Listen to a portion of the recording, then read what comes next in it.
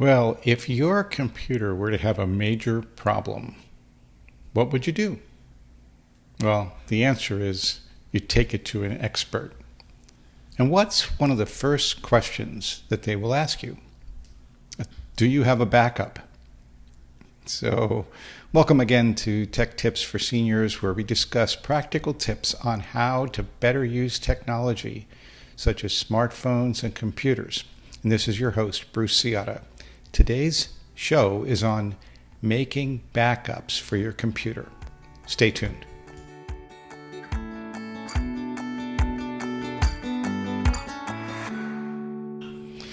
So we're doing a mini-series on things you should do to keep your computer in good running shape. So I call these things good data hygiene.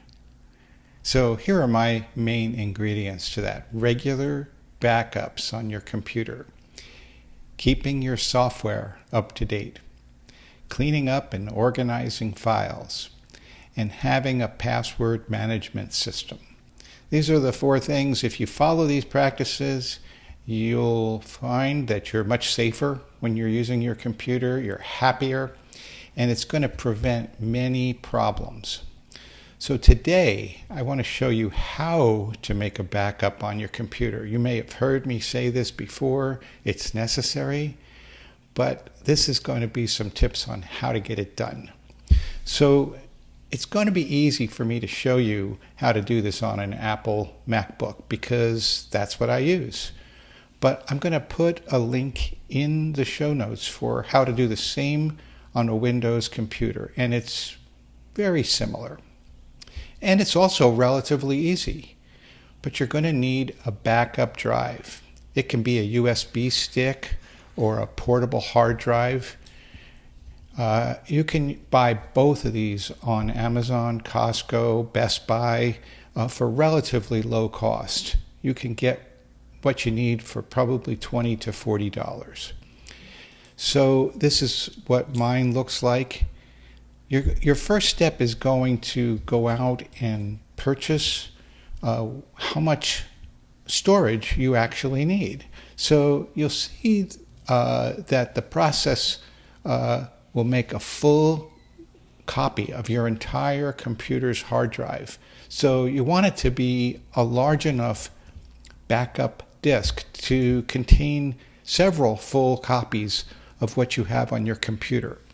So my whole computer hard drive holds 256 gigabytes. That's the term they use for how much data is taken up these days.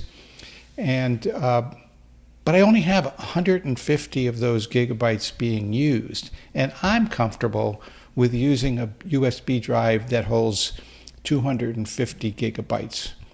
So you may want to buy a larger one because these prices are falling all the time. Also, the one you buy should fit into the device ports on the side of your computer. So my MacBook has USB, yeah, USB-C ports.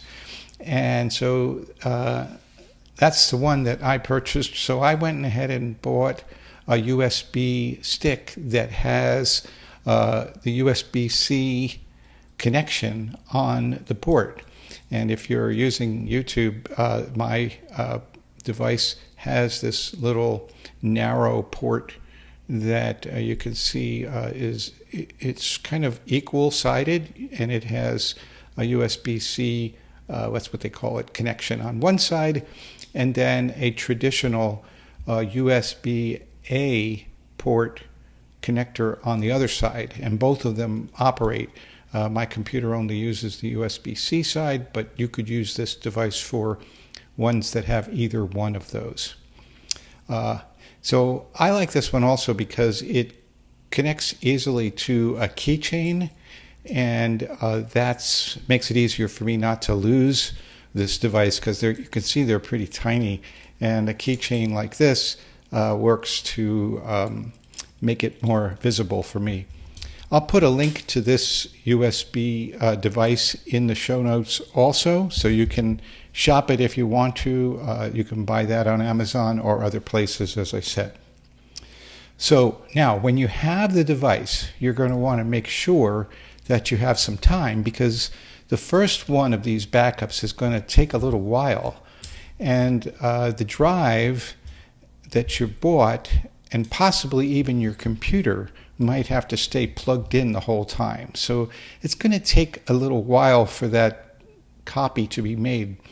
What happens with Apple, though, is as they make the next backup, it's going to only copy those things that have changed on the computer. So the second backup and the third and so forth will take less time than the first one does. So you put the device into the side of your machine, and when you do, the computer's going to add it to the Finder view on your Mac computer. And so you'll be able to see it as one of the devices on your computer.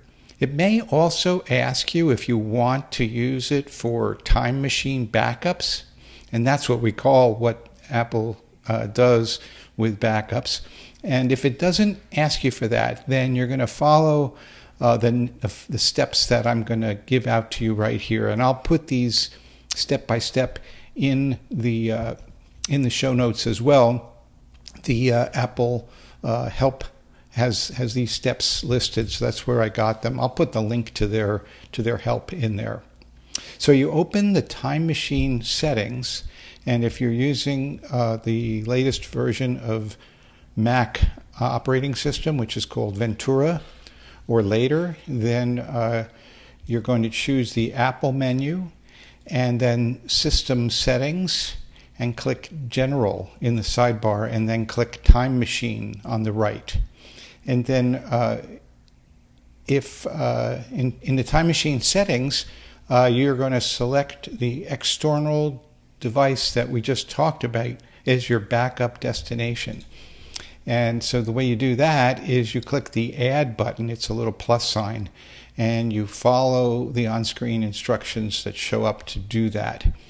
And then if the storage device contains prior Mac Time Machine backups, then you might be asked to claim the existing backup. But if not, then you're just going to proceed with making the backup. So you choose Backup Automatically, which after you select the storage device, the Time Machine is automatically going to begin making periodic backups. So that's it. You let it go. And you can monitor the progress as it's going right there in the settings area, or you can close that window and you should see an icon at the top of your screen, which is near the time on your computer.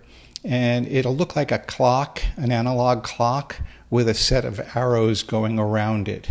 So you can click on that icon and it will show you the percentage of completion that's done. You'll want to wait until that backup is 100% complete before removing that drive.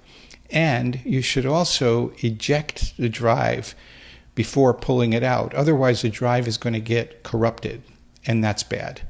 So to eject it, you can go to the Finder view and click the little eject button. It's the same button that you would see on your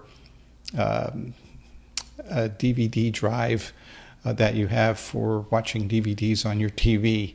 And next to that new drive's name, that button is going to exist. And if you click on that,